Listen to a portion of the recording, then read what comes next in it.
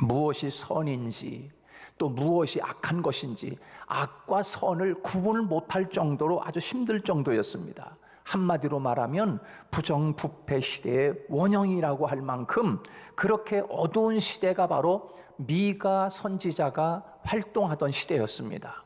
그 당시의 왕은 아하스 왕이었습니다. 놀라운 것은 세상이 그렇게 철저히 부패했음에도 불구하고 교회는 성전에는 아침 저녁으로 교회 와서 제물을 바치는 거야.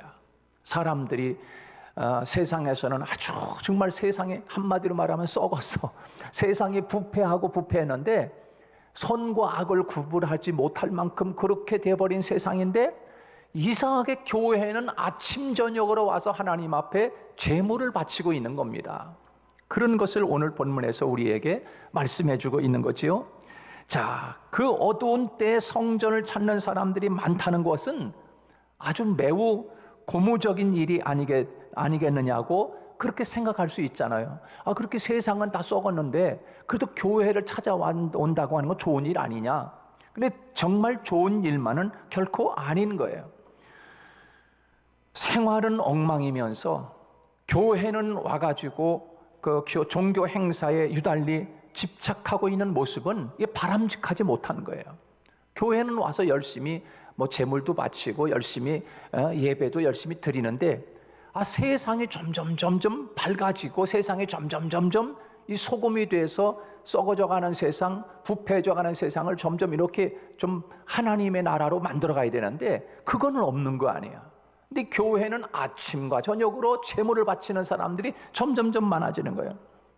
여러분, 사회에 만연되어 있는 이러한 현상들을 바라보면서 미가 선지자는 스스로에게 질문을 던지는 겁니다. 하나님이 어떤 것을 갖다가 바쳐야 하나님이 정말 감동할까? 그 말입니다. 내가 하나님 앞에 무엇을 가지고 나가야 하나님이 기뻐하시고 하나님이 정말 기뻐하실까? 감동을 먹으실까? 지금 미가 선지자는 자기 스스로에게 이런 질문을 던지는 거지요. 여러분, 그는 하나님의 입장에서 이것을 진단해 보기를 원했습니다. 그래서 미가 선지자는 내가 1년 된 수송아지를 가지고 나가면 하나님께서 기뻐하실까? 그 당시에 1년 된 수송아지라고 하는 것은 소를 이제 새끼 송아지를 낳아서 키우면 한 1년 정도 크면은 아주 멋지게 큽니다. 그 1년 정도 되면 이제 거의 어미소가 거의 다 돼가는데 그게 아주 최상급의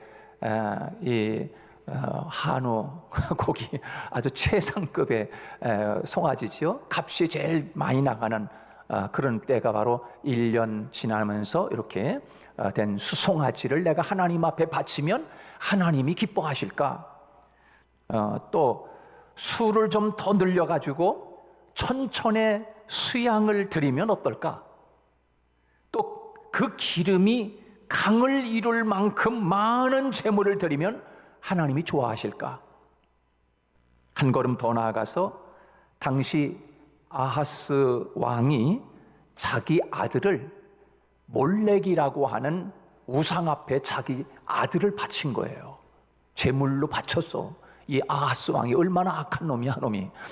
그런데 이렇게 아하스 왕이 몰렉 신에게 제물로 자기 아들을 바친 것과 같이 내가 맏아들을 제물로 드린다면 하나님이 기뻐하실까?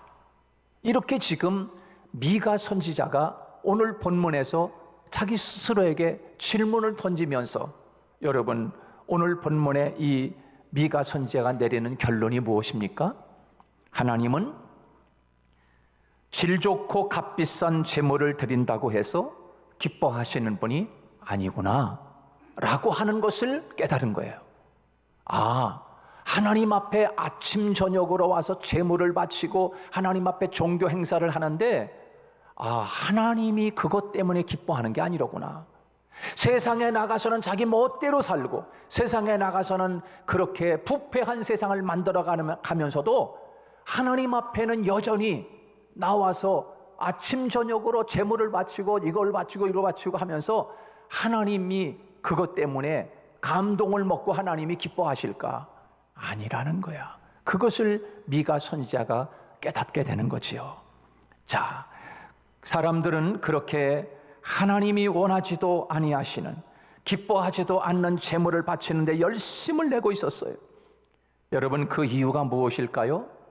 몰랐기 때문에 그럴까요? 그거를 그렇게 하면은 하나님이 기뻐하신다라고 그래서 사람들이 모르기 때문에 그랬나? 아니에요. 모른 게 아니에요. 알았습니다. 하나님이 뭘 기뻐하는지를 알았음에도 불구하고 사람들이 아침 저녁으로 갔다 하나님 앞에 제물을 바치고 종교 행사를 하는 겁니다. 창세기 4장 말씀에 보면 이런 말씀이 나오잖아요. 창세기 4장에 보면은 예배에 대한 말씀이 나옵니다. 가인과 아벨의 예배 나오잖아요. 그런데 그 예배에서 아벨의 예배를 하나님 받으시고 가인의 예배는 받지 않으셨다. 하나님이 오늘 우리가 이렇게 예배 다 드리고 있는데 어떤 사람의 예배는 받으시고 어떤 사람의 예배는 받지 않는다면 참 슬픈 이야기잖아요. 그러나 분명히 가인과 아벨 두 사람 중에서 하나님이 아벨의 제사는 받으시고 가인의 제사는 받지 않았어요. 거기서 중요한 것을 우리에게 메시지를 던져주고 있어요. 그게 뭐냐 하면 아벨의 제물을 기쁨으로 받으셨다. 아벨에 드린 제물 때문에 하나님이 너무 감동하셔서 그렇게 말하지 않고 있다는 거예요. 가인이 드린 제물이 현찮아서 하나님이 예배를 안 받았다. 그렇게 말하지 않고 있어요. 어떻게 말하고 있는 겁니까? 아벨과 그 제물을 연락하셨다. 하나님이 그렇게 말씀하고 있어요. 아벨 자신과 아벨이 드린 제물, 이것을 하나님이 기뻐 받으셨다는 거예요. 다시 말해서 하나님 앞에 드리는 제물만이 아니라 그 자신을 받았다는 거예요. 아벨 자신, 가인 자신. 다시 말해서 한마디로 말하면 오늘 말씀의 배경과 함께 연결시키면 세상에 나가서는 자기 마음대로 살면서 제물은 드린다고 하면 하나님은 그 사람과 그 제물을 안 받는다는 거예요. 할렐루야. 그러나 세상에 나가서 정말 말씀대로 열심히 살고 돌아와서 그 사람과 그 사람이 드리는 예배는 받으신다는 거야. 그것을 여러분 아벨과 가인의 제사를 통하여 우리에게 주고 있는 또 하나의 메시지인 것이에요.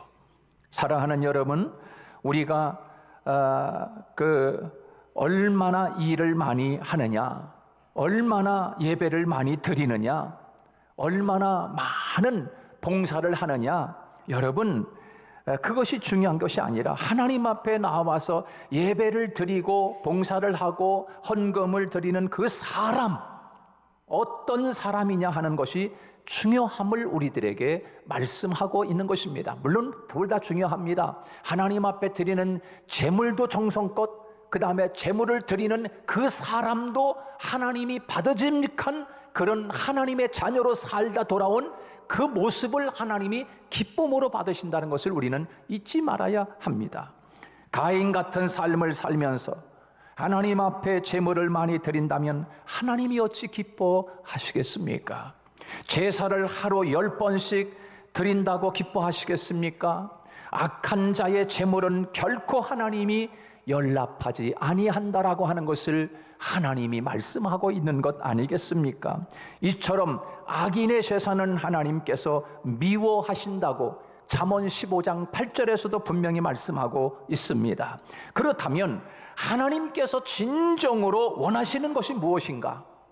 그렇습니다. 하나님이 원하시는 것은 정의, 공의를 행하며 그랬습니다. 정의를 행하며 그 다음에 인자를 사랑하며 겸손히 하나님과 함께 행하는 것, 겸손히 하나님과 함께 사는 것, 그것을 하나님이 원하신단 말입니다. 자, 그러면 오직 정의를 행하는 것, 정의롭게 살아가는 것, 세상 속에서 정의롭게 살아가는 것, 이것을 말하고 있는 거예요. 정의는 의로운 삶을 말할 뿐만 아니라 사회적으로 모든 사람에게 대해서 공평하게 대하는 것을 의미합니다. 이것이 바로 정의입니다. 오늘 우리가 세상을 살아가면서 죄악과 세상에 묻혀 하나님을 망각하며 살아갈 때가 많습니다. 말씀은 늘 듣고 있지만 실제 생활에서 말씀이 없는 거지요. 말씀이 삶과 연결되지 못하고 사는 방법은 매우 이게 세상적으로 살아가는 것 아니겠습니까?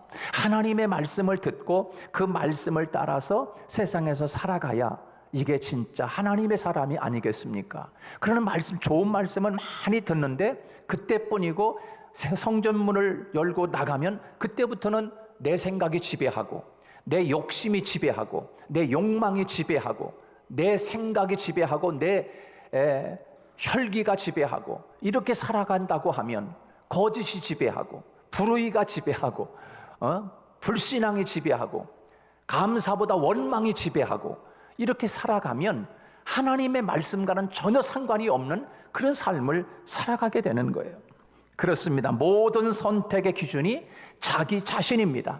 자기 유익인 거예요. 자기가 유익하면 그 어떤 죄든지 그냥 자기가 유익하면 그렇게 살아가는 거예요. 자기가 결정체야. 자기가 선택의 권한이 자기에게 있어. 그러나 여러분, 하나님의 뜻을 생각하지 않는다는 것입니다. 구약의 이스라엘 백성들의 부패가 바로 여기에 있던 것입니다. 자기 기준이 자기 자신인 거예요. 다시 말해서 그 시대가 언제냐면 사사시대였습니다. 사사시대 때는 사람의 소견, 자기의 소견에 옳은 대로 행하는 거예요. 자기 생각이 답인 거야. 누가 뭐래도 필요 없어. 내 생각이 옳아. 그리고 난 내 생각대로 살 거야. 생각대로 이렇게 살아가는 거예요. 그게 바로 사사시대, 가장 이스라엘의 어두운 시대가 바로 그 시대였습니다. 여러분, 그렇게 산다고 하면 이게 하나님이 기뻐하지 않는 삶임을 우리에게 말씀하고 있는 것 아니겠습니까? 실생활에서 성경의 가르침과는 어긋나는 생활인 거예요. 부자가 가난한 자의 재물을 약탈하고 권력자는 백성의 것을 토색하여 자기들의 배를 배불리는 데 빨랐고, 특히 미가 선지자가 활동하던 당시에 그 유대 그 상황이 그러했다는 사실이에요. 하나님께서 하나님의 백성들에게 요구하는 것은 오직 정의를 행하는 것이다. 정의는 삶의 실제적인 현장에서 매매라든가 매매 행위, 그 다음에 재판을 할 때 이때 정의롭게 해야 되는데 그러지 못하는 거예요. 돈 먹고 죄진 사람을 네가 이겼다 이렇게 판결해 주는 거예요. 이런 세상이 돼버린 거예요. 여러분, 이런 세상이 된다고 하면 이거 무서운 세상인 거예요. 정의가 깨진 세상, 공의가 무너진 세상은 무서운 세상이 되는 거예요. 아주 양육강식이 되는 거예요. 힘 있는 사람이 지배하는 세상이 되는 거예요. 돈 많은 사람이 무조건 이기는 거야. 권력 가진 사람이 무조건 이기고 주먹 센 사람이 무조건 대장이고, 이렇게 된다면 여러분 얼마나 살벌한 세상이 되겠습니까? 이게 바로 정의가 없는 세상인 거예요. 그런데 하나님은 뭘 원하느냐? 하나님의 사람들이 세상에 나가서 정의를 행하며 그랬습니다. 너희들이 세상의 빛이라는 거야. 너희들이 세상의 소금이라는 거야. 이렇게 살기를 내가 원한다. 그거 하지 않으면서 아침과 저녁으로 하나님 앞에 종교 행사, 하나님 앞에 재물을 아무리 갖다가 천천의 수양을 갖다가 하나님 앞에 드린들, 기름이 강물을 흐를 만큼 그렇게 하나님 앞에 재물을 바친다 할지라도 하나님이 기뻐하지 않는다. 이것을 우리들에게 말씀해 주고 있는 것입니다. 만약 우리들이 그렇게 종교 생활을 하고 있다면 이건 바꿔야 된다는 사실입니다. 그렇게 하면은 이건 참으로 드리고도 이건 하나님 앞에 칭찬 들을 일이 아닌 거잖아요. 우리가 하나님 앞에 정말 내가 세상에서 최선을 다해서 하나님 말씀 주신 대로 그걸 가지고 살려고 애쓰고 노력하고, 그리고 하나님 앞에 돌아왔을 때 또 그렇게 살려고 했는데 정말 애썼는데도 불구하고 하나님이 원하지 않는 삶을 한두 건 또 실수할 수 있잖아요. 그러면 하나님 앞에 정말 통회하는 마음으로 회개하고, 하나님 붙잡아 주세요. 나 이렇게 연약해요. 그러면서 하나님 앞에 통회한다고 하면 하나님이 어찌 그 사람의 그 기도와 예배와 그 사람을 기뻐하지 않으시겠습니까? 그렇습니다. 하나님은 선을 행하는 자는 천대까지 복을 베풀겠다고 말씀하고 있습니다. 선을 행한다는 것이 무엇입니까? 정의를 행하며 공의를 행하며 이게 선한 것이 아니겠습니까? 그런 사람에게 하나님이 천대까지 복을 베푼다. 그 다음에 악을 행하는 자는 3, 4대까지 징계하리라. 출애굽기 20장에서 10계명을 통하여 우리에게 주고 있는 하나님의 메시지인 것이에요. 뭐 우상단지나 갖다 놓고 그렇게 섬기면 3, 4대가 벌 받는 게 아니라 하나님 말씀대로 살지 않고 악하게 살면 3, 4대까지 하나님이 결코 복을 줄 수 없다는 거, 그렇게 살아가고 간다면 말입니다. 여러분, 하나님께서는 죄악이 관영한 세상에서도 하나님께 은혜를 입은 노아가 있었습니다. 여러분, 노아 시대 알지 않습니까? 사람들이 먹고 마시고 장가가고 시집가고 집 짓고 그저 노세 젊어서 노세, 그냥 그런 시대를 다 살아가는 거야. 한마디로 부정부패, 모든 세상이 다 관영한 거야. 동성애 난무하고. 여러분, 그런 시대 속에서 노아는 은혜를 입었다. 그러나 노아는 그렇게 살지 않았다는 거야.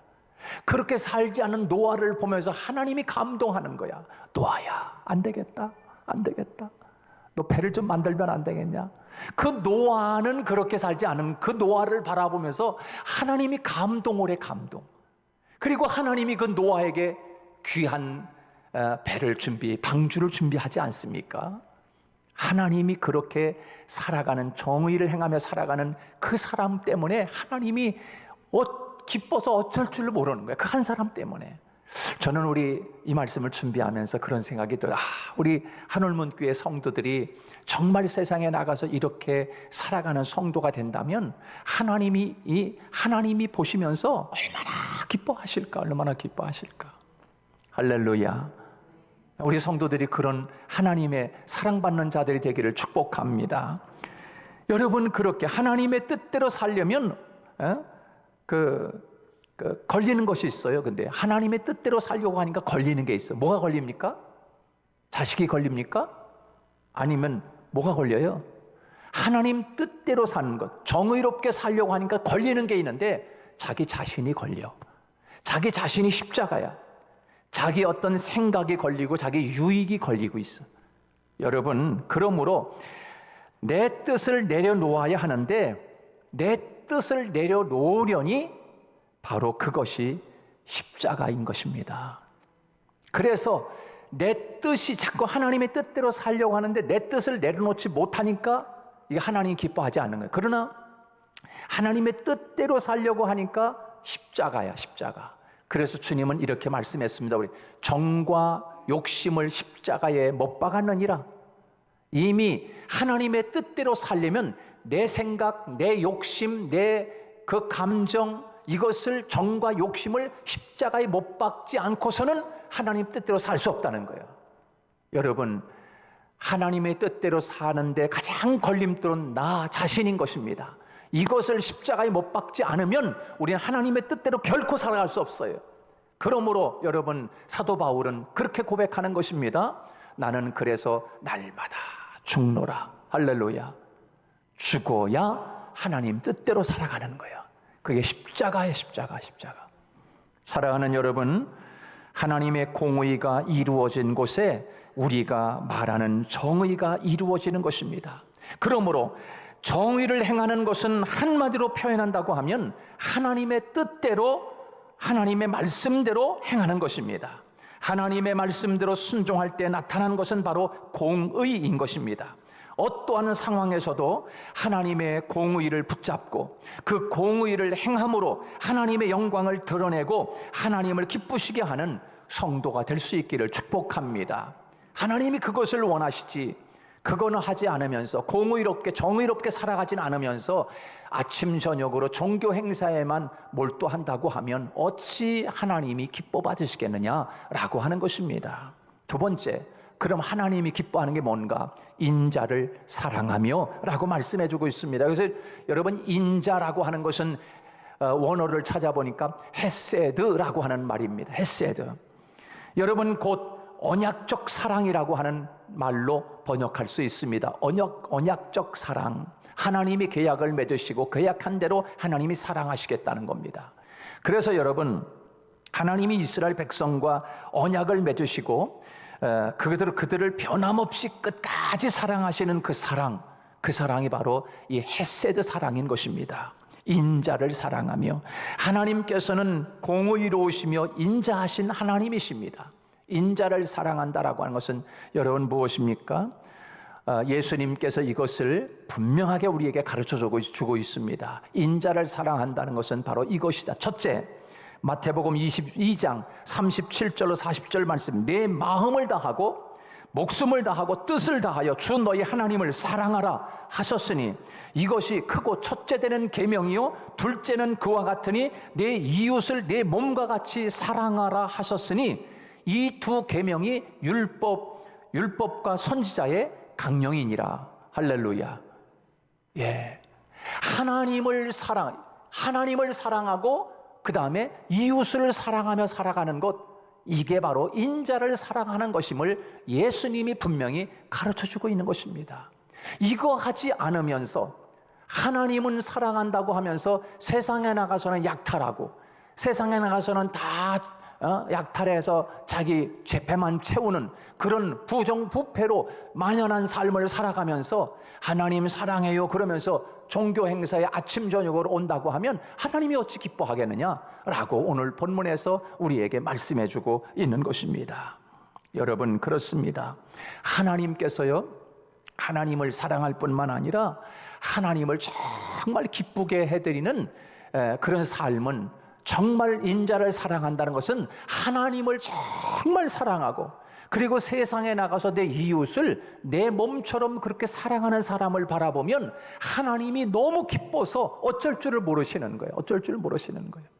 여러분, 그렇습니다. 하나님께서 우리들을 바라보면서 정의를 행하며 살아가고 그리고 인자를 사랑하며 살아갈 때 하나님이 우리와 어찌 함께 하지 않겠습니까? 함께 겸손히 하나님과 함께 살아가지 않겠습니까? 어찌. 여러분, 그렇습니다. 예수님께서 그 하나님과 함께 살아가는 완벽한 모습을 우리들에게 보여주고 있는데요, 하나님이 어떤 사람에게 함께 할까요? 예수님이 이렇게 말씀하셨습니다. 요한복음 8장 29절인데요 너무나 귀한 말씀입니다. 나를 보내신 이가 나와 함께 하시도다. 예수님을 보내신 하나님이 예수님과 함께 하시도다, 이렇게 말씀하고 있는 거예요. 나는 항상 그가 기뻐하시는 일을 행함으로, 그가 기뻐하시는 일이 뭡니까? 제가 말씀드린 것, 정의를 행하며 인자를 사랑하는 것, 이렇게 정의를 행하고 인자를 사랑하는 것, 그가 항상 기뻐하시는 일을 행함으로 나는 나를 혼자 두지 아니하셨느니라. 할렐루야. 저는 이 말씀이 얼마나 감동인지 몰라. 하나님 앞에 하나님이 기뻐하는 삶을 살았더니 하나님이 예수님을 혼자 두지 않았다는 고백입니다. 여러분, 이 세상을 살아가면서 외롭습니까? 예수님이 하신 이 말씀을 우리는 마음에 새겨야 될 줄로 믿습니다.